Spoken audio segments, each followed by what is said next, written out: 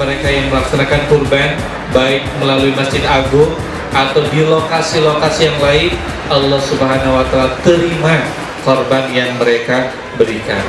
Kemudian Allah tingkatkan, Allah lipatkan dengan berbagai kebaikan, ganjaran, kemudahan, dan juga keberkahan dalam hidup.